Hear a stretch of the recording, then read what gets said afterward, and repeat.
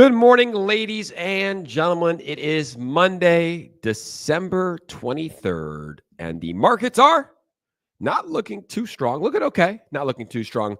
A lot to talk about today. I know a lot of you guys saw what happened with Richard Hart in Interpol, wanted, one of the most wanted in Europe. We'll talk about that. Also, Trump appoints a new member to the crypto cabinet. I think we have the head of the crypto cabinet joining alongside David Sachs. And a lot of news. SWE actually flipped TON for quite a bit. SWE flipped TON. SWE also flipped Shiba Inu.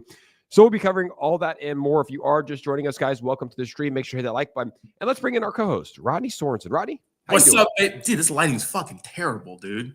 I see his eyes and teeth. I look like Jayhawk right now. What's up? Good morning. Live from Virginia right now over here at Snowshoe.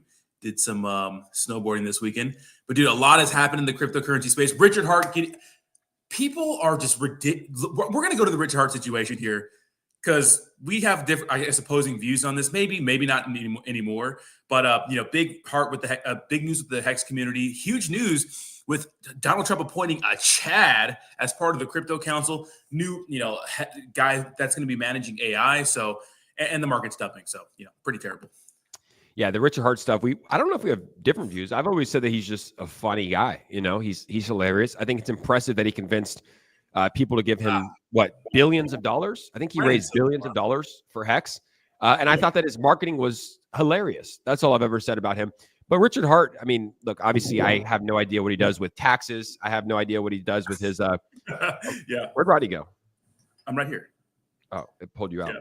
What he does, that's the thing with like taxes and stuff like that. You know what I mean? Like, I have no idea what he does with his taxes. There's like now alleging that he like hit a 16-year-old. I don't know if that's true. All I'm saying is that what he was doing when in 2022 when he was going to Gucci and buying every single bag and literally like back full, legs full, hands full, and a bag in his mouth. I thought that was hilarious. He's a funny character in the space, like him, Ben Armstrong.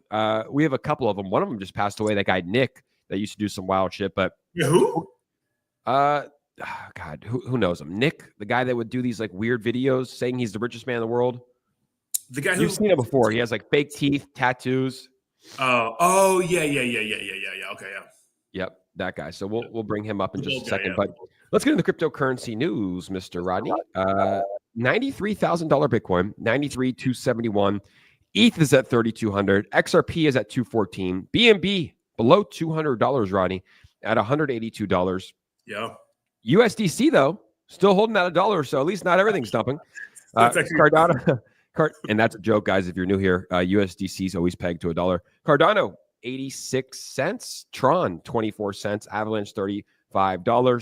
Chainlink, $22. It goes on and on. It's just the moral of this, guys, when we're looking at this, is that there's blood on the streets. But, Rodney, there's no better time to enter the cryptocurrency markets than when there is blood on the streets, especially when we're looking at some of these top tokens. Like Solana at 180 is a buy for me. I actually had my Uncle Greggy purchase some Solana yesterday. I was like, look, he was waiting because he put in some money to USDC on Coinbase. He was waiting for the markets to dip. I was like, Solana at 180 is a good buy. But yeah, all of these, I mean, look, I think that all of these will go higher, especially the ones we just talked about. TON is at 539. When did it happen? When did SWE flip TON? Was that this morning? That happened 2 days ago. Yeah. So briefly, SWE flipped TON a little bit, and Jesus, stop, cat. This cat's fucking with me. So yeah, it flipped on for a little bit, and that's a good sign, because SWE's obviously moving into the top cryptos, and these things happen in the crypto space. Like we'll see something flip for like 10 minutes and it go back, and now obviously SHIB and TON are further up the market cap list than SWE right now. But I think it's a good sign of things to come. Yeah. So if you're, it doesn't matter because it's all psychology. It shows that it happened, right? Like Solana broke its all-time high over 260, so it shows that it's possible. Not saying it's guaranteed it's going to happen again, but I think it's more likely to happen again. And same thing with SWE flipping TON. I like both, honestly. Like TON is the token of Telegram. It's like the native token for their blockchain. Yeah. And obviously Telegram is the most used application in the world. I think there's 1 billion users on it per month. Like 1/7 of the world uses Telegram. And then SWE is the new up and coming hot blockchain that we've been bullish on. So just the fact that it did flip it shows that it's possible. And I think that will happen again. Yeah, I would say that we could worry though, because remember the TON founder was arrested, and they might put some sort of backdoor in Telegram where they can make it so that's not and then encrypted. Because that's the reason why people use Telegram. Obviously for crypto, it's in the crypto space, but a lot of ordinary people use it just to have some sort of safe, secure messaging system. So we'll see. That could be a bear case for it. Maybe we find out that the government is involved and falls off the face of the earth. I don't think it is encrypted. I've never once thought that Telegram was encrypted. I think if the government wants to get into your apps, they can.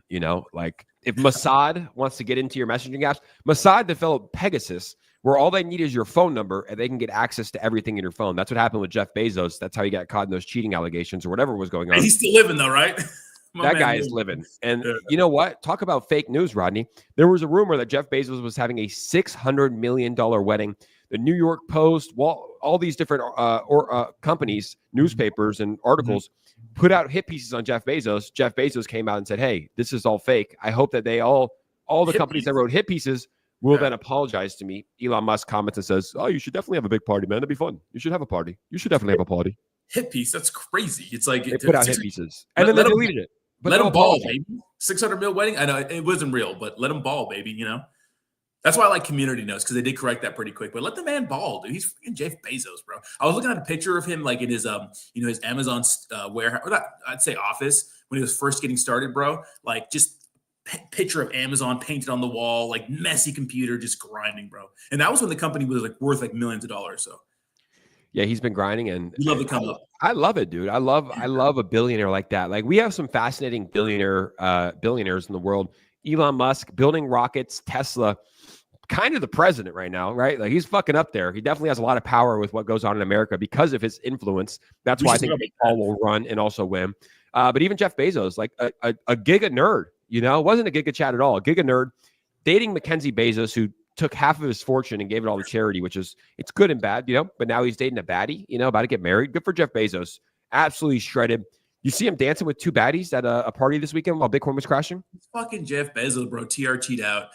Yeah, it's crazy. It's funny, the stark contrast of him and Elon Musk. Like Elon Musk is kind of like a little nerd, and then Jeff Bezos is like a big giga chat. But dude, how about the media trying to appeal to like Trump's ego by saying that Elon Musk is the new president, because Trump has a big ego, and if it seems like Elon Musk has more power, that could get messy, bro. You think he cares? Like I wouldn't care. Would Trump care? Huh? That nigga has an ego like crazy. I guess. Does it really matter? I mean, Trump is the president. Like he knows that. Everyone knows that. His title is president. He brought Elon on. Elon, of course, has power. But Elon's just, I really do think Elon is trying to do good for humanity. Like he's just pointing out all the bullshit in the world. And he can't be president because I think he was born in South Africa. So. He can't be president. He'll never be president. But I don't think it's a big deal. I can't see Trump really getting offended by that. Could you? You think? Yeah. No way. 1,000%. Yeah. No I don't think he should. I mean, normal people would be like, yeah, no. But if it seems like the media's like, yeah, President Elon, they're kind of poking at him like, oh, President Elon, saying this and stuff. I mean, just saying. We shall see. R.A. Sawyer, you won the $1,000 giveaway on Friday, and I sent you a DM. So just DM back your USDC address, and we'll get that sent over today. Oh, that's you won. He said for Axel. No, for Axel, we done all the giveaways. No, it's for we did one for the Spotify to like leave a review. Okay, cool. So he was our winner. I sent him a DM. So just check it. Check your DMs.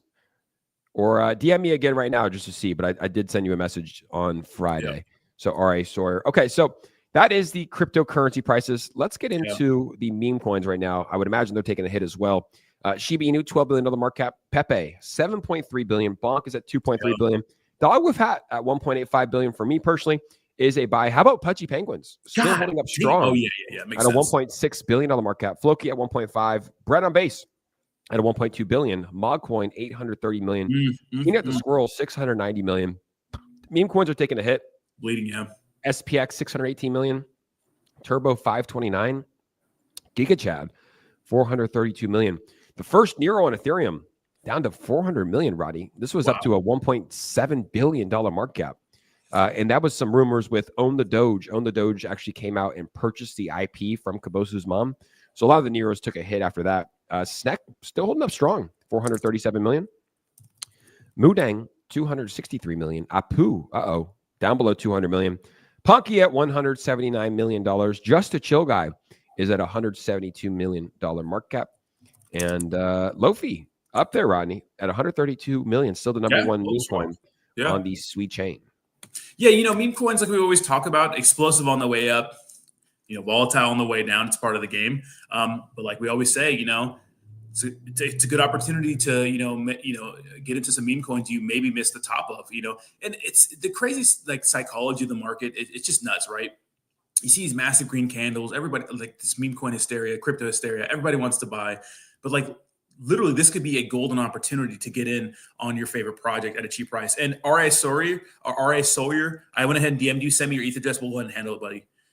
Just hit me up, I'll forward it to Jake. But it's pretty crazy.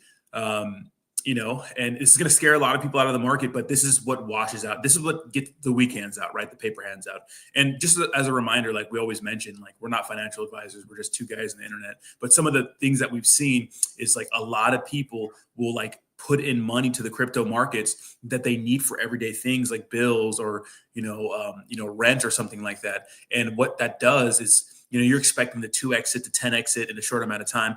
Molly! And then obviously you don't get that opportunity because, you have to, sell at a loss. And it could take a while for the markets to recover. You got to have some patience, Molly! Marley's here. Marley, say hi to the camera. Molly! How does Marley not have a meme coin yet? Look how cute she is. Molly. She could be the next Doge, I think. Look at the collar, though. Molly got that drip. She looks like glowing today. Yeah, she's healthy. She's glowing. Marley. So Marley, I got a question for you. So Bitcoin has now fallen from 93K from 108K last week. Are you panicking?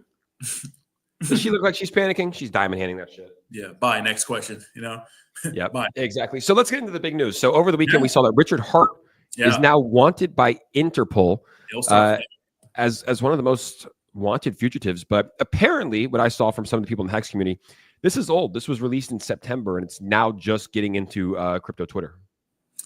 Maybe, but the thing is, like, and if you want to pull up my screen here, I have it pulled up here, so we'll read through it here. And the cope is insane. Look at, I was a Hex. I believed in Hex. I was new to crypto. I was listening to Richard Hart streams. I was watching him debate Bitcoiners about how Hex is better than Bitcoin and Hex is more decentralized than any other crypto out there. But at the end of the day, price action matters. And the truth is, Hex is in the shitter. Pulse Chain is in the shitter. I staked my Hex. It was an ERC20 token. I lost a lot of money. I sacrificed, right? That's the way he got around, paying taxes for something called a sacrifice, which turns out that bit him in the ass, right? I watched his live streams and stuff like that. My question to Hex people out there is, okay, if this is some matrix attack on Hex and Richard Hart, why else Charles Hoskins is okay? Why, is Vitalik okay? Why are all these other creators okay? They're not the ones out there flaunting their wealth and twerking and, telling everybody that their project is better than everybody else's and talking shit and dunking on people. That stuff is nice when the price is pumping. That stuff is nice in a bull market when your product is doing well. But right now, when everybody's down, a lot of people are down. Maybe not everybody. A lot of people are coping, right? And so obviously the SEC situation, I'm not siding with the SEC. We all probably know it's a bunch of bullshit. But, am I surprised that he's, wanted for, tax evasion and those sorts of things? So obviously, this is, one of the posts. Schuler, Richard James gives his birthday and stuff like that. This is the Interpol notice, most wanted fugitives. And this is the article right here. So Interpol issues red notice for Hex founder Richard Hart. So Interpol has issued a red notice for Hex founder Richard Schuler, also known as Richard Hart, for allegedly committing tax fraud and assault. The assault one's interesting, right? Just throw up, some assault in there. He beat up a 16-year-old, I guess. It's weird. So the allegedly, right? Allegedly, the world's largest international police organization, Interpol, has issued a red notice for Hex founder Richard Schuler, also known as Richard Hart, for allegedly committing tax fraud and assault. A red notice is a global request for law enforcement to locate and provisionally arrest a person with Finnish authorities seeking Schuler's arrest. However, a red notice is not an international arrest warrant. Schuler was also listed on Europe's most wanted fugitive list, where the same allegations went into more detail. It alleged that Schuler physically assaulted a 16-year-old victim by grabbing their hair, dragging them into a stairwell, and knocking them onto the ground. What the fuck was the situation where he's beating up a 16-year-old, if it's true, allegedly, right? Now, the thing is, like, who knows how much of this is real and stuff? But my question is, like, is this all coordinated? Is all this stuff just happening because he's a hate? Like, I watched The Greatest Stakes, like the documentary. It's literally, this is DeFi. This is nothing new. This is what we're used to in the space. A guy created a project. It made people money on the way up. It's a multi-billion-dollar, crypto project. Liquidity is low, right? But had a lot of millionaires in it and stuff like that. And now it's done for. And the whole time he's on this, this outrage campaign, debating Bitcoiners on why you should sell Bitcoin and buy Hex. Looking pretty bad now. Yeah, the whole thing is interesting. But we have a lot of friends that are in the Hex community. I never really got in. Would you consider it dead? Do you think it's over? Well, the thing is, like, you can't get rid of, Pulse Chain. It's a network, and people are bullish on it. But my question is, because there are people that support Hex, and I'm not dunking on the Hex people, but a lot of them, like, that's their brand, that's their identity, and it's hard to shift in the crypto space to something else when this is the one thing you've been pushing. Every piece of news that's negative that comes out about your founder, you're going to spin it in a way where it's crazy or it's the Matrix attack or something like that.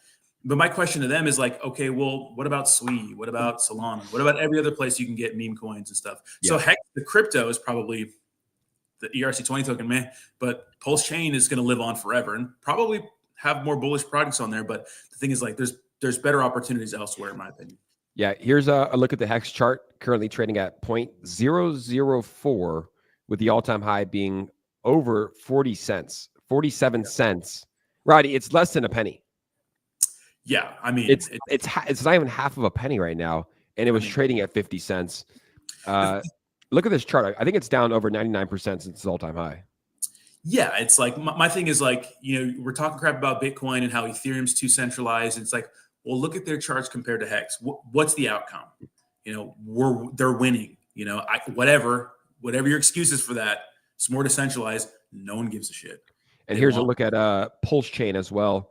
It's down 80% since its launch. So nobody's in the green on Hex right now. Nobody's in the green on Pulse Chain.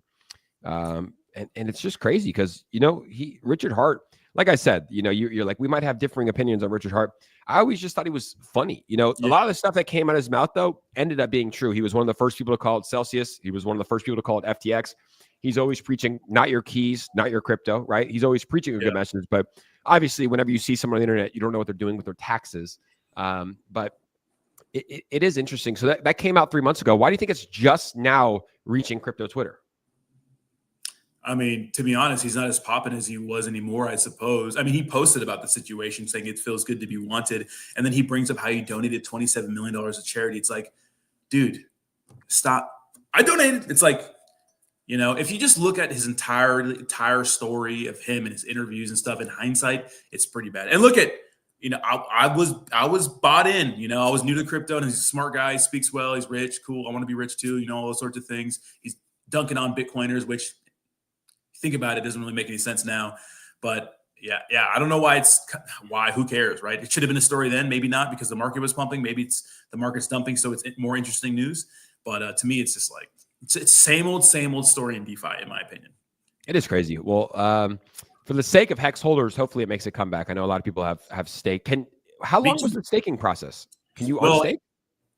I can, but the thing is, like, I just didn't because it was worth like nothing. I staked a good amount, I would say, relative to, I would say myself and other people, I would say. But, you can't unstake it before the time, even the price is dumping, because then you get penalized bigly. And if you think about Hex, it's just a Ponzi, it's just a staking token. You earn APY or APR back or whatever. But the thing is, like, if the price is not pumping, it doesn't matter how high the percentages are because the token's dumping. So my opinion is, like, I just left it there. Whatever. I sacrificed, got my Pulse Chain tokens. They're kind of worth like dog water right now.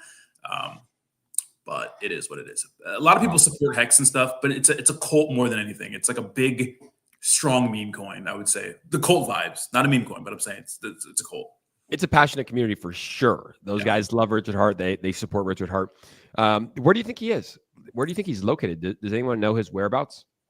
I know he was in Europe at one point, because the whole sacrifice thing, we try to get around, like, paying taxes. Like, it's a sacrifice for like a political statement. It's not, a pre-sale. It's like, well, it's like, okay, there's a lot of smart people watching that situation and going, yeah, you can't do that.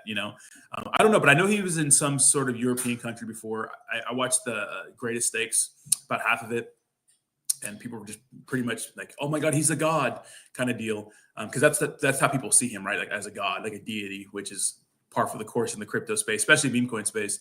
I don't know. You're somewhere in Europe, and it looks like whatever happened, why he's wanted by Interpol, or Finland, wanted by Finland, probably happened to Europe somewhere. What's up with the 16-year-old kid? That one's interesting.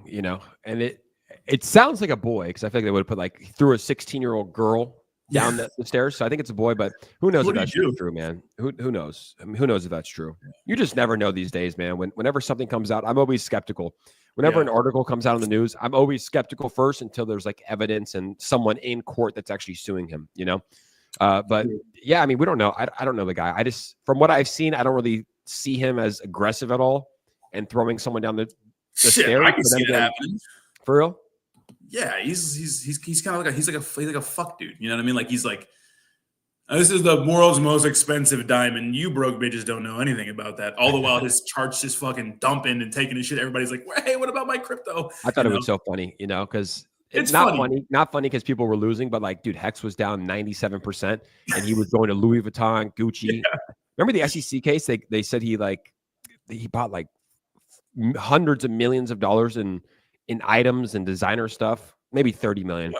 I don't want to over exaggerate, but that's the Richard Hart story. Came out 3 months ago, just now circulating today. Very, very interesting. A lot of people in the Hex community still supporting him, though. Still supporting Richard Hart, still supporting his project, still supporting Pulse Chain. I didn't see anybody in the Hex community waver at all. Nobody flipped their back on him. They still support him through thick and thin. And shout out to somebody who recognized a Black Dahlia murder shirt. Yeah, rest in peace, Trevor, legend in the space. But yeah, but the thing is, it's cope. It's they're ride or dies, guys. Most founders of other better products are okay. Vitalik's okay, Charles Hoskins okay. So why are they going after Richard? Because he was flaunting it, maybe? Because look at him. There is Ethereum a big Ponzi scheme? Hex is literally an Ethereum token made to stake, and then they made their own network. Like Shiba Inu made their own layer 2. BNB did the same thing. Shiba Swap. Okay, Pulse X. It's the same shit, but on a bigger scale. But just my opinion, they're just coping because a lot of them that's their brand. So what do you do? Just switch brands? It's a hard pivot, when you're all in one something. In my opinion, we'll see, but Absolutely. Okay, well, let's get into other news. So if you didn't see it, Donald Trump appointed a Chad as the head of crypto. Bo, I've never heard of him before.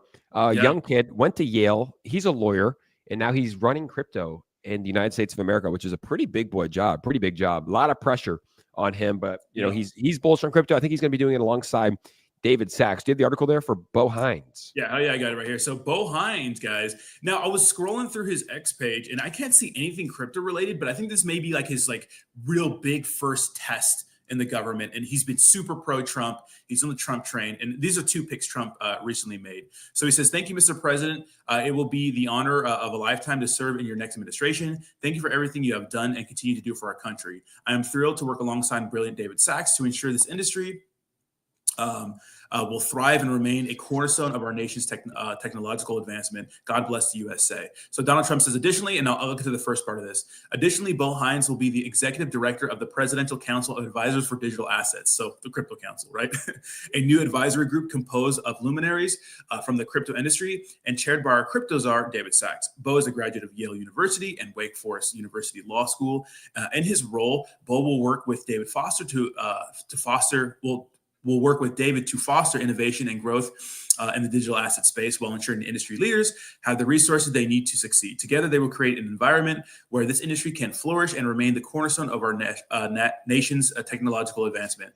Dude, Chad, absolute Chad. I went to his Wikipedia, college football guy from North Carolina. You know what I mean?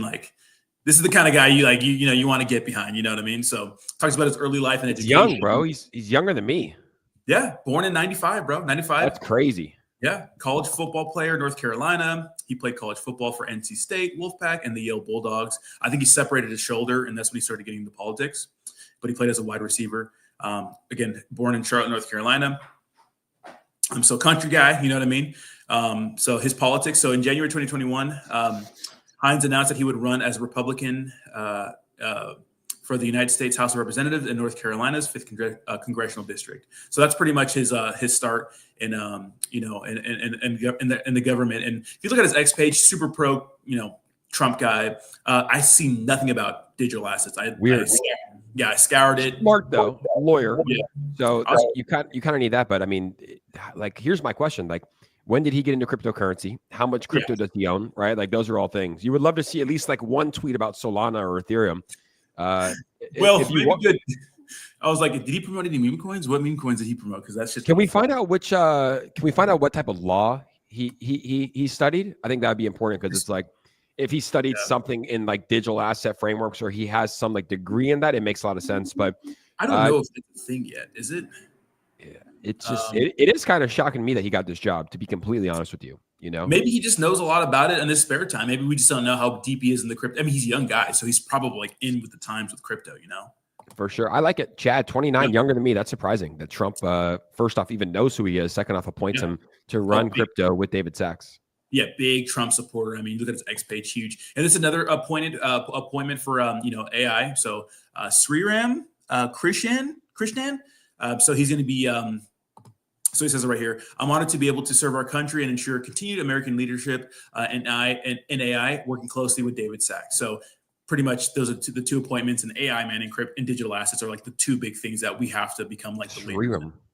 Yeah. XA16Z. Go back to his title. What does it say? XA16Z. Yeah. So it looks like it's a company. GP. So it's we invest in software eating the world. So I'm not sure what that means. But yeah. What does that mean? This is, in my opinion, this is a more difficult job. Like, if I'm Bo, I'm saying, hey, I'm clearly identifying what is an asset, a commodity, and a security, right? That's number one. I'd probably take a look at some of the court cases that are ongoing and say, hey, well, I don't think he has anything to do with the SEC, but it's like just developing some framework. Honestly, if I'm Bo, my job is so simple. I'm working with David Sachs, but I'm saying, Brian Armstrong, come in here. Winklevoss Brothers, come in here. CZ Binance, come in here. Justin Sun, come in here. Michael Saylor, come in here. Nayib Bukele from El Salvador, come in here. You guys have already done a great job with cryptocurrency. How do we build this better so that it is used and can be adopted around the world, right? Like, let's get some framework, some regulatory framework. The first thing I would do is say, hey, this is what I would do. I would say, hey, I understand it's decentralized, but not every 12-year-old kid living in their grandmother's basement should be able to launch a meme coin. We need people like David Eisenhower who have who have degrees in school, who have run businesses for 10 hours. We need guys like Keith Schmidt from Axel, who's a doctor, right? Went to school for 12 years. Like, that's kind of who you want leading projects, not 12-year-old kids, not little shits that are 20 years old living in their grandmother's basement, who, when the marketing wall fills up to $1 million, they rug pull and leave forever.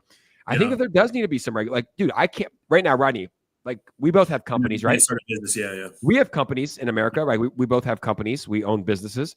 I can't just go launch a stock on the New York Stock Exchange. Like, there's requirements to do so. And I think that there should be for crypto as well. I understand that it's the meme coin space. It's decentralized. It's beautiful. But I don't think that every single person in the world. I mean, how do you do that? I get that, but then you take away DeFi then, I know. But there has to be some sort of a requirement. And you can do that. You can work with these launch pads and like make sure there's something, at least a business, so that if it rug pulls or goes to zero, then someone's at fault. There needs to be some sort of framework, man. I don't think you could do that without getting rid of, because the thing of like with some meme coins is like a lot of them just started from like people just launching shit, Like, I know, like Pepe, like Shib. So I see both sides, but I think we can all agree that no 12-year-old kid should be able to launch a meme coin. We can all agree with that. Maybe make it an age thing, but the thing is, like, even on computers, like with YouTube, it's like, are you 18? Sure. Like even on like, I remember for like a lot of like, adult content websites, like their safeguards are, and some say so, some it's like, you can only enter if you're 18. Like, okay, I'm not going to click on that. Click, I'm 18, I think for them, it's like that the whole like launching shit coins is maybe low hanging fruit. Maybe getting rid of like pump fund altogether would be big, but it has a 97% chance on Polymarket to get banned. Pump fund getting banned in America I don't think it will before the end of the year. I actually might take the under on that. I don't see pump fund getting banned in the next week. I might slam that. I might put my entire network on. Let me see if I can pull it up. Yeah. I don't think it's going to get banned in the next week, bro. Yeah. I mean, who knows? Who knows? I mean, the thing is, like, I could see that being like banned in the United States, but then people just use VPNs. This is kind of crazy. Look at this. Luigi Mangione just pleaded not guilty. They had odds on that. Will he plead guilty? Let's see. 75% chance that Justin Trudeau is out before April. How do we find the poly market on Pump Fun? I guess I could just type it in. Yeah. Poly market's like fun gambling. Yeah, I mean, I wonder what's going to happen with the dev, because they remember the FBI raided him and took his phone and stuff. So I wonder what's going to go on with that. But that's interesting, you know. It's a gambling website, you know. It's like whatever. Here you go. Pump Fun banned in the U.S. before 2025. 97% chance, yes. I'm actually in that 3% boat. I don't think it's going to get banned in the next 8 days. Especially with, like, you know, most politicians going on vacation for Christmas and New Year's. I don't think this. I might slam this. Yeah, I might slam this. What's interesting is, you know, I think a lot of people think that Trump's going to be issuing a lot of executive orders when he gets to office. I mean, he's already cooking. Like, he's been doing so much work, not even in office yet. You know, all those little press conferences, talked about how we need to take back the Panama Canal earlier today, which is crazy. You know, talking about how we need to buy, I think it was like Greenland, like more land and stuff like that, just to have, like, I guess more of a global dominance, even though we're pretty much dominating. But I mean, all of it makes sense. So he's already cooking, man. The guy's not even in office yet, and he's working. But that's the kind of guy he is, you know. What's up with Panama? I saw that first off, he's going after Canada. I saw some stuff with Greenland. He's going after Panama. What's up with Trump? Why is he doing all this? Yeah, so the Panama Canal obviously makes it easier for, like, pretty much trade and stuff to move through, like, the continent, instead of going all the way down between, like, the bottom of South America and, like, Antarctica. I think that's at the bottom, right? Antarctica.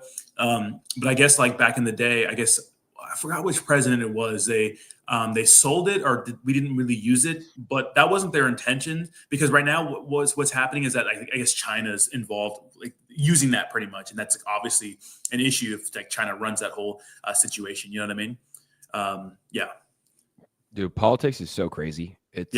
Why does Trump want that job? I would not want that job, to be the president of the United States. I mean, it's a lot of power, a lot of respect. I get it, but, like, so complicated. And you probably just, you know, you don't, like, as a normal citizen, we don't hear shit. You know, we didn't know what was going on with the UFOs for months, right? Weeks. And when you're president, you get briefed on that right away. You understand everything that's happening in the world. But yeah, it's an interesting job. But I think that, I mean, dude, Trump's a comedian. I'm so happy to have him back. Like, it's funny to see the tweets. He needs to get back on Twitter, though. He needs to just bang Truth Social, man. It didn't work. Just come back to X. Come back to X. Get off of social. Like, he's really trying to make it work. It reminds you, you know, at the time, he actually made a competitor to sorry, I'm pulling up the stream right here. He made a competitor to the UFC back in the day. So he kind of went, you know, toe-to-toe with Dana White. Yeah. No, he did not. Yeah. Wow, I didn't know that. And they were homies, though. Yeah, they were homies, but, like, he's really trying to, you know, bang it out. You know what I mean? Good for him, yeah. But it's interesting, man. We're literally less than 1 month away, and Donald Trump will be president again in the United States. Do you think that we're going to see better times or worse times than we saw over the past 4 years? Better times, bro. Yeah, I mean, you think that the wars will end? I mean, he issued a pretty stark warning to Hamas and said, if all of the hostages are not released, you're going to get hit harder than the U.S. has ever hit anyone, and we've hit some people pretty hard. And then also Russia, Ukraine. You know, he was the guy that was what he was running on, saying, "Hey, I'm going to stop that war." You think he gets it done, man? You think he has the power and the negotiation skills to get that one done? Ukraine, Russia specifically? Yeah, it's tough, because I think we're in a position now where, you know, Russia's obviously taken, they've made some progress. And I think right now what's going on with Russia and Ukraine is that they're trying to get enough, they're trying to do as best as they can to have enough, like, chips that for when they go to the negotiation table, they get, like, what they want. But I think that he's kind of got a shit sandwich right now. Like, you know, they're obviously ramping up efforts, shooting fucking long range missiles into Russia. So they're pretty much giving Trump a huge problem. Like, all right, solve it, you know. And look at he's going to be, you know, he's going to be on the, you know, he's going to be on the, I don't know what it's called, but he's going to be, like, people are going to be like looking at him like, hey, you said you're going to fix it, but it's a big problem to fix, you know. Yeah, it's a massive problem, but hopefully he does. One thing he can do that can earn a lot of respect is pardon Ross Ulbricht on day one. He's been in prison for way too long for essentially creating a website, right? That's kind of what he did. Yeah, for sure. But I think he knew that people were, I think his first, like, his advertisement was, like, selling mushrooms, but release my man fucking Ross Ulbricht. I think that will happen. I think that will happen on day one. Joe Biden should have pardoned him. Joe Biden pardoned the most people in the world out of any president ever. He should have just pardoned Ross. crazy, bro. Yeah, there's some crazy pardons in there. That's a crazy power that like before your term ends, you can pardon people. Good. Yeah, that's for life too, right? You can pardon yourself for life. Not for life, I don't think, but I think it's like for things you've done. I think it's past and future. No, because you can't just go out and shoot somebody, and just fucking, all right, hey, got the pardon, got the pardon going. Let me see. Obviously not that. Future, like for like future, like say if you like had a murder for a case, they can't get you for it later down the road. Is the same one, but yeah. Okay. Yeah, how can they use their pardons? Let's see. Washington Post wants me to pay. No one's going to pay for your shitty newspaper, man. I know. Do that. Right. Anyways, who cares enough?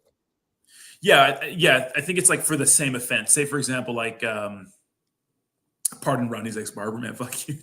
That's a funny comment. But yeah, like, for example, like if Jake murdered somebody and Trump pardons you for that murder because it was like self-defense, like they couldn't come out later and say, well, we looked at the case again. And, it's like, I think that's what it means. But yeah. Speaking of lighting people on fire on the subway, did you see that lady that got lit on fire on the subway? Bro. By an illegal and he was literally like just standing there fanning her to make sure it stayed on. Fucking nuts, dude. I'm not surprised. New York is a fucking zoo. They need to figure that shit out, bro. And they're getting I was there in November, and it was actually like it felt very safe when I was there in November, but I didn't ride the subway. I was like, there's so much shit happening on the subway. Did you go to like the hood? Did you go to the ghetto parts, or did you like go to no? Yeah, exactly. Me? Although you know what's crazy though. So I went there for the UFC fights, and they were staying at the Hilton that the CEO was shot at. Wait, what? So the UFC fight was a month before, right? So all the fighters were staying at that Hilton Midtown that the Brian Thompson, the CEO of United Healthcare, was gunned down at. So I was literally, I was standing where they were. Like I walked through that entrance probably 5 or 6 times that weekend, right where he was shot, which is wild to think, Yeah. That's. I mean, dude, Luigi, man. Is he gonna get off, man? Is he gonna get off? Because it comes down to the jury, right? I mean, at the end of the day, even if you have all the evidence in the world, and like but if the guy says not guilty, it comes down to the jury, correct? I think a judge. I actually don't know, but I think the judge could probably all right, it's fucking stupid. Yeah, you guys are fucking in love. No, I think it does come down to the jury because we've seen that time. I mean, look at OJ, right? There was a lot of evidence against OJ. He got off. That was perfect timing with the whole. That was perfect. Yeah, that was perfect timing. But I mean, Luigi. I mean, it's also perfect timing with the internet. Like I'm watching videos, bro, and like his mugshot got posted, and like girls are just like idolizing him for it. And it's like, dude, he killed someone. You should not idolize this guy. Yeah, thank you so much, Bard. Yeah, judge can't overturn jury. Yeah, they idolize him, but I think that's like not. Well, it's not just like I remember there was a guy talking about it saying it's the dark corners of the internet that are praising this guy. It's like, nah, some lady got arrested in Florida because I think her claim got denied, and she said deny, defend, depose, or some shit like that. And she just said those words, and she got in trouble from the authorities in Florida, somewhere in Florida. But I thought that was hilarious. But the charges were dropped. But like, I mean, there's a reason why they removed all the CEOs from their websites. And absolutely, look at this. All the I see a bunch of girls just kind of glowing. He's kind of glowing. Like a bunch of girls are posting this. I'm like, I get it. He's a good-looking guy, but he murdered someone in cold blood. Yeah, but remember the Night Stalker, Richard Ramirez, I think it was the guy who went around and killed people like for like a year in the middle of the night, like and raped them and shot them. Like he would get all kind of marriage proposals and stuff in jail. People are fucking weird, bro. But the Luigi one's a little different, right? So, it could be a mistrial, is what they're saying. So, it seems like an open and shut case to me. I'm no fucking expert, but they found the weapon. The tent, the ID. The ID. Yeah, I feel like if I was a prosecutor, this would be probably one of the easiest cases. But then you do have to battle the fanfare, right? Yeah. The love, the media attention that he's getting. Like they kind of made him into a celebrity, right? Why'd they march him out like that, bro? They gave him the hardest album cover of all time. You know what I mean? I know. Someone needs to use that. Like Drake or Kendrick Lamar needs to use that. But they marched him out. They kind of paraded him like he was like the Joker from Batman, which it probably wasn't a good publicity stunt. But I'm actually interested to see. I think I wonder what the poly market odds are. But if I was a betting man, I would say he gets convicted unanimously. And maybe one girl that's like in love with him be like, not guilty. Like, why do you think he's not guilty? Because he's cute. He smiles. It's like, no, he's guilty. I think it's more than that. I think it's because, and Brad says it, like, there's no justice there. It doesn't help the people whose claims were denied. You know, it's kind of scary when people take it upon themselves to be the arbiter of justice. Yeah, there's no justice there. It doesn't help.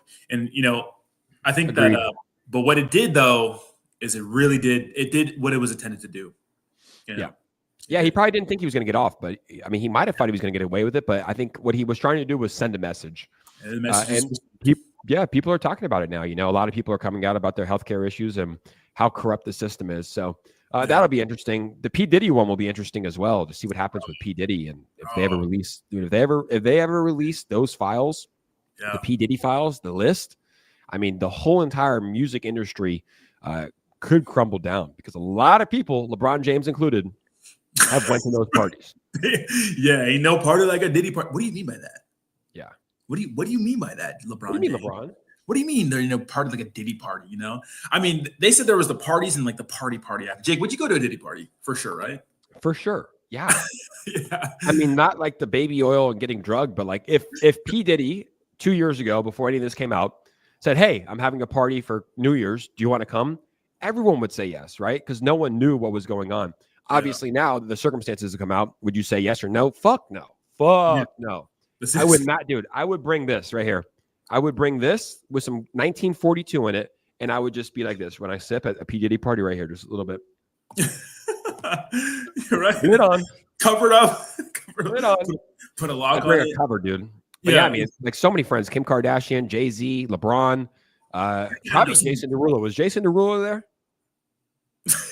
So you got to be walking to the house and see some shit in like a room, like what the fuck, you know what I mean? What's going on there? It's strange, man. But then again, like these celebrities, dude, they're so rich, they're so powerful. I think a lot of it. I don't even think P. Diddy was gay. I think a lot of it's just power, you know, just to like he probably signed these up and coming artists and like he did some stuff with them and he knows like, hey, they're gonna work with me forever and be good to me because I have, you know, incriminating evidence on them. Yeah, it's just a weird story. I need a documentary. I need a Netflix documentary breaking it all down to come out here pretty soon. I need it. There's allegations with kids. Like there's an allegation out there that I saw that him and Jay-Z and P. Diddy like tag team like a 13-year-old or some shit like that. Like that's so nuts. Fucked. So fucked. It's nuts. Like, you know, disgusting, dude. Yeah. If so, they deserve life in prison. You know, like drugging adults is weird, and doing stuff with them is strange, and that deserves, you know, prison time. But anything with kids, man, it should be life in prison. You know, if you ever touch a kid, life in prison. Yeah, for sure. Yeah. It's one thing we can agree on universally is like, don't fuck kids. You know, just leave the kids out of it. Takes their innocence away. Like kids are meant to be innocent and grow up slowly in like this beautiful world. And if you do that to a kid, like Cain Velasquez, remember Cain Velasquez, the UFC fighter? Yeah. Someone abused his like 4-year-old daughter over 100 times. What does that do to her? She will probably never live a normal life because of that, you know? And he took justice in his own hands and like almost killed the guy. I think he shot the dad. Yeah. I think he shot the dad. I don't think he was chasing them in a car. It was the father and son. And I think he shot the dad, not the guy. Yeah. They got him for like attempted murder or something like that. So you think taking justice in your own hands in that situation is warranted? What do you think? I get it though. I mean, I don't even have a kid, but if someone ever abused my daughter 100 times, I think every father would do the same thing. You know, I really think so. Like, or live with like the guilt of not doing anything. Like, can you imagine like yourself, like, you know what I mean? I especially a UFC fighter who has like rage already inside of him. I can't say that I wouldn't do the same thing, man. But then again, it's like, you know, that's why we had the legal system though, because you could call the cops, show them the evidence. He'll go to jail for a very long time. And that's probably the better route. That way you can be with your daughter when she needs you and you're not in prison. But that whole scenario is a little bit messed up. But yeah, I mean, I can't say I wouldn't do the same thing. You know, if someone abused my 4-year-old daughter 100 times, bro, 100 times. Yeah, one time you fucking get one time. 100 though is like, come on, it's crazy, bro. Yeah, that ruins that'll scar her for life. How do you know how he like got with her that many times? Like how? Yeah, because teacher, there's a daycare service. Oh my it wasn't God, him. It was like a brother, like it was like a son or something like that. That you know just saw the kids there and I was touching kids and probably it's crazy. I saw one where there was this dad who his son's karate instructor was raping his son, and the guy was being walked out of court, right? The dad was at a payphone booth, like pretending to be on a call, turns around, just domes him. I think I saw that. I think I've seen that. Yeah, you seen that one. Yeah, I've seen that video. Yeah, that's crazy. But yeah, crazy. Hopefully, I mean, regardless though, it's like you can't. That's what I'm saying though. It's like even with the Luigi thing, like there's other ways to get that point across, right? Like I get it, but like you shouldn't take justice into your own hands. Like it's just in that situation, if that happened to my kid or like my loved one or I couldn't live with myself, like with the guilt of like not doing anything. Like I know there's more life to live. I get it. And, it's for the justice system. But me as a man, like that happened to my loved ones. Like I couldn't live with myself. Like I just couldn't. I couldn't and knowing I had an opportunity to fuck this guy up, or at least beat him like to near death. Maybe not kill him, but, maybe torture him or some shit like that. I thought about it in my head a little bit. You know what I mean? Like, dude. I think that most men that I talk to, if they had a daughter that happened to, they would do the same thing, because it's just like, it's your little daughter, it's an innocent girl like that you love more than anything in the world. And some weirdo's touching her. Yeah. That's it. Get an ass whooping. You know what I mean? But we can move on to the next story, which I thought this was interesting, guys. And just really, be careful, right? This is a big story here. Tis the season, right, for more than one thing, and it's obviously the whole bull cycle. So phishing fears as trade in crypto events attendees. So phishing fears. So pretty much what they're doing is that people that attend crypto events. This is a retarded ass title, but people that attend crypto events, they're selling your data, right? No way. Yeah, so that's what they're saying, guys. These companies, guys, don't give a shit. They all sell your data, right? It's very valuable data, right? Because they can sell you things or scam you with things. So just be very, very careful. So it says lists packed with sensitive information on crypto industry event attendees are being sold under the guise of marketing and promoting and finding clients, presenting a potential data gold mine for scammers and malicious actors. So that's the way they frame it, right? So the list may contain information including full names, phone numbers, nationalities, job roles, and companies, along with personal and business social media links, right? So SIM card attacks, everything, right? Some even include the attendee's ticket purchase date, ticket type, and operating system used for making the purchase, right? Social media follower account, crypto wallet addresses, and messages typed into the field sent to event organizers. Remember, a lot of these events you can pay for with crypto, obviously, right? This sort of information is typically collected through event registration forms at conferences or side events. Recently, events using platforms such as Luma to issue tickets commonly require links to specific social media accounts. So, I mean, you can see like everything right here, right? So on Luma, real quick, this is what they used in Miami. And you put your Twitter account. You even put your based wallet. You put your wallet address so they can send you the ticket. But I guess an easy way around that, what I did, obviously you put your Twitter account, but I just have like an empty wallet that they can send the ticket to, nothing in there. Not sure if they can get in that way. I guess they get like access to your wallet, or they can see your wallet address. But yeah, I used Luma, and I was like, I get it. We want everything to be on the blockchain. We want everything to be crypto, but it's like, why do I have to give you a wallet address, to send me a ticket? Like, let's just do an email address, send a ticket. NFT. That's it. It's an NFT version. It's an NFT. Yeah, but if it's going to cause like potential problem down the road, I don't think it's the best. Yeah, it's crazy. So just keep in mind, guys, that and this is for everyone, like Coinbase and like these people like have your email addresses and stuff like that. Like they're going to try to scam you.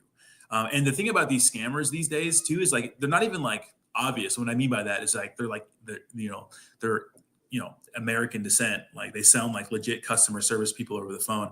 I almost got like an elaborate scam the other day that almost got me, but it didn't really almost get me because I do my due diligence. So like it was for Wells Fargo. So I don't have Wells Fargo. They called me and said, hey, someone's using your Zelle to try to send it to Wells Fargo. We caught the guy, but we need you to file this report. And it sounded like legit. File this report calling this number to the fraud department, for Zelle's fraud department. And then it sounded like a legit person. They had a case number for the cops. And I did lose my ID recently too. So I thought I was getting scammed. And I was like, what the fuck? And so I called this. So instead of calling the number they gave me, because they told me it was like an emergency hotline for Zelle, I just typed in a Zelle emergency hotline. Then I called Zelle, the company, and I called them like, oh, no, that's probably a scam. So they didn't want anything from me on that phone call, but they were sending me to another place that probably was going to get something from me.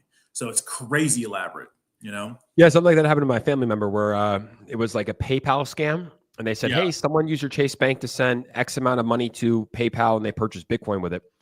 And my family member was on the phone with them. I got in the car. And they were talking to them. I go, hey, hang up, check your bank account. Did you lose 2,500 or whatever they said? Check their bank account. No. I'm like, okay, you're getting scammed. Stop talking to these people. Once again, it was this person was like I would say like from India. It sounded like that's easy. That's an easy one to get. Yeah, but I was like, just like double check. Even for you, it's like if someone like just check your bank account. Was there a Zelle for? Okay, how much was the Zelle for? $2,000. Let me go check. Okay, there is nothing for my bank account for $2,000. It's probably a scam, but they definitely prey on the older people. I mean, I don't even answer my phone. Like if any number calls me and I don't have it, I don't even answer my phone. It said Wells Fargo on it, but you could spoof that. Mine said Wells Fargo. Wow, yeah, that's pretty good. Another one that's probably going around this holiday season because a lot of people are ordering packages. I got a text message from a number saying, "Hey, we couldn't, download your USPS number, or we couldn't deliver USPS because the address wasn't correct. Click this link and fill out the form." I was like, "No." The link is like not even anything related to USPS, but like most people will probably be like, "Oh, I ordered a package, it never came. Let me click it." Yeah. So just moral of the story, guys: do not ever click links. Let's not click links. If it's too good to be true, it is. And especially around holiday season, like if your USPS package didn't get delivered, you're not going to get a text message from some random number. You'll probably get a thread from past USPS text, or you can just go to the website, put in your tracking number, and you can find it that way. Or you probably get email notifications saying, hey, it's been delivered, or it's not, or it's going to be late. So I don't know. You got to protect yourself this holiday season because this is when the scams are starting to pop up a lot. Yeah, they're coming for that ass, man. They're going to get some people too, and they're getting more elaborate. That the whole, I mean, obviously, like they had me in the first half, but I'm always going to look for official numbers. Like I'm never just going to be like, okay. And if some hot Asian girl who's super rich that travels the world is asking you about how your crypto trading is going and sending you new pictures and then asking you how your crypto's trading going, it's probably a scam. She probably has a penis. Yeah. There's a lot of like, I see that a lot with older men because at the end of the day, older men are lonely. And if a beautiful girl, I'm like, how did this just happened to a friend of mine. I'm like, how this person found you? They're like, oh, I don't know. They just sent me a message on WhatsApp. I'm like, you think it's that easy? You think that they're just going to send you a message on WhatsApp and be like, sending you nudies? Like, come on, man. Come on. If you're horny, and a lot of guys are horny, just open up Pornhub, rub one out, and then go back to the situation, and then you enter the situation with a clear mind. You know what I mean? What's up, Dom? How you doing? What's up, Dom? That's Tokyo Dom, blah. Tokyo Dom, what up? Congrats on graduating to the young killer. Yeah, shout out to Dom over there fucking it on, dude. So that's the phishing thing, and then we'll get into a couple more pieces of news. Oh shit, I just lost it. But to no one's surprise here, we'll talk about North Korea right now. If you want to pull up my screen. So obviously, Big Daddy North Korea doing North Korea things. So North Korean hacker stole was $1.3 billion this year. So obviously Lazarus Group, like big North Korean hackers, absolutely fucking everybody with scams and stuff like that. That's no surprise.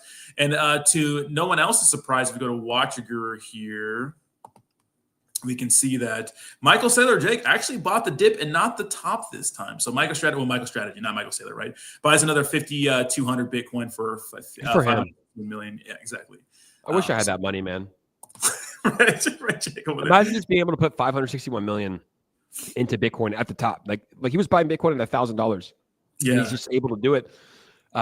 Without him, we wouldn't be where we're at today. I think that Michael Saylor should be respected. We should put some respect on his name. Remember back in 2022, where they were always just talking about how Michael Saylor's, under by $13 billion is now his investment's down by $1 billion. Yeah. He's up a lot right now, and he's still buying at the top. He said he's always going to buy the top because there is no top. He's like, we're always going to be buying Bitcoin because at the tops, at the bottoms, we're just always going to keep buying Bitcoin. Yeah, without Michael Saylor, man, we are not sitting where we're at today. And I actually think it's funny that people think that a $93,000 is like people are actually panicking on the timelines. We're at $93,000, 94, $3,300 ETH, 220 XRP. Solana's at 185. We used to pray for times like this, but we just get so used to it, right? Once you hit 100,000, you're like, oh my God, the dip. But a lot of these people, they're buying in at 100,000, 105,000, 108,000. So they're like, oh my God, I'm done. But at the end of the day, it's like, dude, we're at a $93,000 Bitcoin. Roddy, 1 month and a half ago, right? A month and a half ago, we were at a $64,000 Bitcoin. We're at $93,000. It's not time to panic. The bull run's still here. Yeah, exactly. People are just freaking out. I mean, we're used to it, right? It's even crazier on like Instagram because Instagram, I would say, is not as like cultured as like X, you would say, but like people are freaking the fuck out. Like, I got running out of money, But what I've seen though is that it's not as crazy as it was last cycle. I remember when things were dumping. Obviously, there's a bunch of catastrophes happening, but when we had massive dumps, like people were freaking the fuck out. People this summer are like low testosterone. I'm like, yeah, you know what I mean? Selling right now is low T, and shit like that. I'm like, okay, Yeah, but it's not a dump. I mean, 93. Like if we went down to 60,000 or 50, like that's a dump. That's a dump. And I mean, look, anything can happen. In 2021, we went from a $63,000 Bitcoin down below 30,000. But that was a dump. People thought it was over. Then we pumped to 69K. So I've been saying it from the beginning. I wouldn't be surprised. When we went to 85,000, I was like, okay, it's probably time to go back to 77, right? When we went to 90,000, I was like, all right, it's probably time to go back to 80. Yeah. I wouldn't be surprised. December is notoriously very, very slow for cryptocurrency. It's a very bad month for crypto. I mean, I wouldn't be surprised if we go lower. It wouldn't shock me. I wouldn't sell my crypto. I wouldn't panic. It would honestly give us a better time and new people a better time to buy more crypto, because a lot of people are on the sidelines just waiting. A lot of my friends are on the sidelines just waiting to put more money into cryptocurrency. And maybe that time's coming. Even now, $180 Solana, like that, I think most of us can agree that's probably a good time to enter. Yeah, absolutely. Yeah. And I think so too. But, it's going to be hard. You're going to be hard pressed to get anybody in the crypto space when all the news is like crypto is pulling back. And I think like the same thing with crypto media. It's like, it's all the same, it's all these catchy headlines that get people like, oh, this much has been liquidated for the crypto. I mean, it's fact, but it's like, it does scare people. Like people can't look at that and say, oh, this is a good thing. They see it as like a bad thing. Like, oh, let me stay away from that. I made a meme that said like, there's a guy like holding his face like this, like, oh, I should have bought Bitcoin at 100K. Goes to 94K. I'm not fucking buying that shit. And then he goes like 100K again. I should have bought it. It's like, that's the mentality we have. And it like, even I feel like sometimes, like I feel a little bit of like, oh, fuck, it's dumping. I should have stabled out a little more. Like I feel it too a little bit, but. Until it's pumping and ETH is at 4,100, you go, I'm not going to stable out. Why would I sell? It's going to go to 6, 7, 8K, right? So it's just like, that's why you have to use reverse psychology. And I do it pretty well. I'm happy with how I do it. Anytime that there's extreme fear, I'll put more money in the markets. Yeah. Anytime that everyone's celebrating all-time highs, it's okay to take 5K, 10K, whatever you want to take. Jake is the one dumping on you guys right now. He's saying it. He's telling you. I am not selling right now. This is why ETH isn't pumping, is because Jake keeps selling ETH. Nah, I'm holding my ETH. I mean, I've had to sell ETH at, I think I had to sell ETH at like $1,100 one year to pay my taxes, which hurt, but I had to pay my taxes. And then, right now it's like, I still am confident in ETH. I mean, I don't see a world where ETH is done. I don't see a world where ETH all-time high this year is $4,100. I don't think I'm as bullish as I was, just because it hasn't performed that well this cycle so far, but I still think that we're going to see a 6,000 plus ETH. I'm very confident that we still see an all-time high for ETH over 4,900, and 6 to 7,500 is now my range. Before it was 8,500. But ETH really, I mean, there's just too much competition, right? There's just a lot of competition when it comes to layer one blockchains, and that's taking a lot of market share. I mean, that 10 billion in SWI, that 100 billion in Solana, that was all ETH in 2021. So Avalanche as well, HBAR. So there is a lot of competition. I think that the crypto space is seeing that hey, there's like chains that are better, faster, more secure than Ethereum. And it's at a much lower market cap, and I can make bigger gains. Now, it probably won't get to the market cap that ETH is at, but I think a lot of people in crypto have woken up to that. Like SWI is a good example. People are saying, hey, this is the same as Ethereum, maybe even better. And it's only at a $10 billion market cap. So the issue to me with other layer ones is scalability too, because remember, Ethereum handles a lot. It's big. It handles, like, can those same networks handle the same amount of shit as Ethereum and not completely implode? That's always interesting to me. And keep the same speeds, right? And keep the same prices.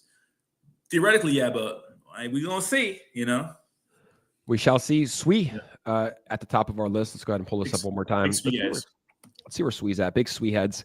$4.29, $12.5 billion market cap. I mean, SWI really hasn't dumped much at all. No. I mean, if you look at where it was at a month ago, SWI was at $3.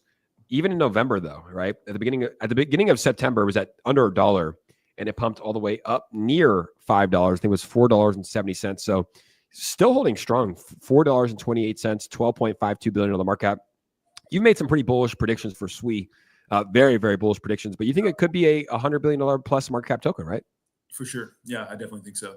It's capable with the momentum too, and it's not just meme coins to me. The thing is, like, the reason why it to me, it's like the developers have these big ambitions. If that SWI play does well and they get into the crypto gaming sector, and crypto gaming has like a big boom, like which it hasn't had like it did in 2021, when Alex Becker starts talking about shit, obviously classic crypto. Then we know like crypto gaming can make a comeback. But I do think that there's a need for some sort of decentralization in in gaming. So could happen. Could happen. We like it. We are bullish. Barati, that's the show. 4,000 plus people tuned in today. That's 1 hour. Today's Monday, December 23rd. Shake off your Monday blues with some cryptocurrency news. A lot of stuff happening in the crypto space. I'm still bullish, still more bullish than ever. I understand when it's red days, it's hard to be extremely bullish, but we will pump again. That's all I can say. Crypto will pump again. Will you be back home tomorrow? Are you going to be home? Yep, I'll be home. All right, we're going to do a Christmas Eve stream. Right, baby. Tomorrow morning, 11 a.m. Eastern Standard Time. Christmas Day, we'll probably take off. Maybe we do like a little nighttime whiskey stream. We'll talk about that. But we will be back tomorrow, 11 a.m. Eastern Standard Time, guys. Thank you so much for tuning in. Have a good day, and we'll see you all soon.